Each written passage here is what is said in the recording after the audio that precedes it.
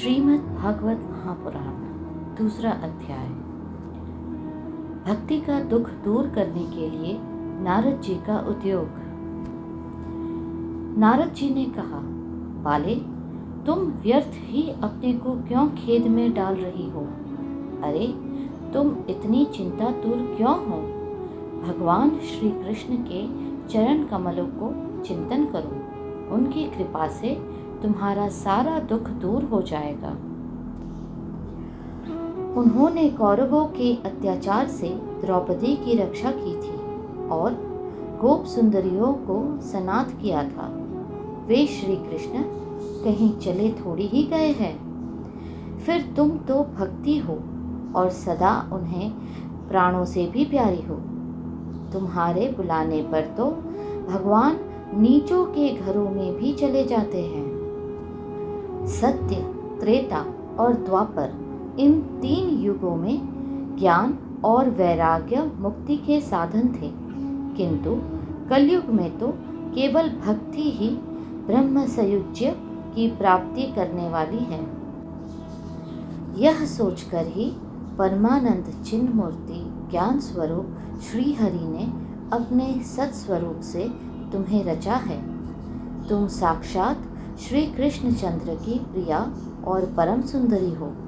एक बार जब तुमने हाथ जोड़कर पूछा था कि मैं क्या करूं, तब भगवान ने तुम्हें यही आज्ञा दी थी कि मेरे भक्तों का पोषण करो। तुमने भगवान की वह आज्ञा स्वीकार कर ली। इससे तुम पर श्री हरि बहुत प्रसन्न हुए और तुम्हारी सेवा करने के लिए मुक्ति को तुम्हें दासी के रूप में दे दिया और इन ज्ञान वैराग्य को पुत्र के रूप में। तुम अपने साक्षात स्वरूप से वैकुंठ धाम में ही भक्तों का पोषण करती हो। भूलोक में तो तुमने उनकी पुष्टि के लिए केवल छाया रूप धारण कर रखा है। तब तुम मुक्ति, ज्ञान और वैराग्य को साथ लिए पृथ्वी तल पर आई और सतयुग से द्वापर पर्यंत बड़े आनंद से रही। कलयुग में तुम्हारी दासी मुक्ति पाखंड रूप रोग से पीड़ित होकर क्षीण होने लगी थी, इसलिए वह तो तुरंत ही तुम्हारी आज्ञा से वैकुंठ लोक को चली गई। इस लोक में भी तुम्हारे स्मरण करने से ही वह आती है और फिर चली जाती है, किंतु इन ज्ञान वैराग्य को तुमने पुत्र मानकर अपने पास ही रख छोड़ा है। फिर भी कलयुग में इनकी उपेक्षा होने के कारण तुम्हारे ये पुत्र उत्साहहीन और वृद्ध हो गए हैं। फिर भी तुम चिंता ना करो, मैं इनके नवजीवन का उपाय सोचता हूँ। सुमुखी, कली के समान कोई भी युग नहीं है। इस युग में मैं तुम्हें घर घर में प्रत्येक पुरुष के हृदय में स्थापित कर दूंगा। देखो, अन्य सब धर्मों को दबाकर और भक्ति विषयक महोत्सवों को आगे रखकर यदि मैंने लोक में तुम्हारा प्रचार न किया तो मैं श्री हरि का दास नहीं। इस कलयुग में जो जीव तुमसे युक्त होंगे वे पापी होने पर भी बेखटके भगवान श्री कृष्ण के अभय धाम को प्राप्त होंगे। जिनके हृदय में निरंतर प्रेम रूपिणी भक्ति निवास करती है, वे शुद्धांतः कारण पुरुष स्वप्न में भी यमराज को नहीं देखते।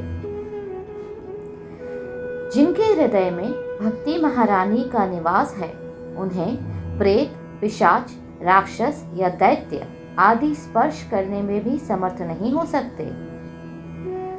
भगवान तप, वेदाध्ययन, ज्ञान और कर्म आदि किसी भी साधन से वश में नहीं किए जा सकते।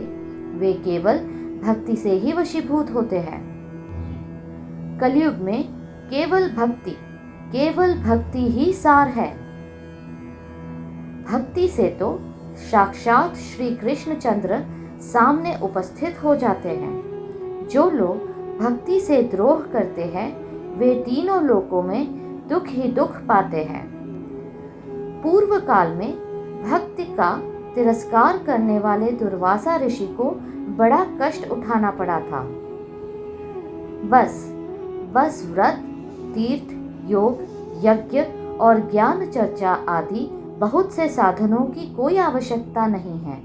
एकमात्र भक्ति ही मुक्ति देने वाली है। सूत जी कहते हैं, इस प्रकार नारद जी के निर्णय किए हुए अपने महात्म्य को सुनकर भक्ति के सारे अंग पुष्ट हो गए और वे उनसे कहने लगी।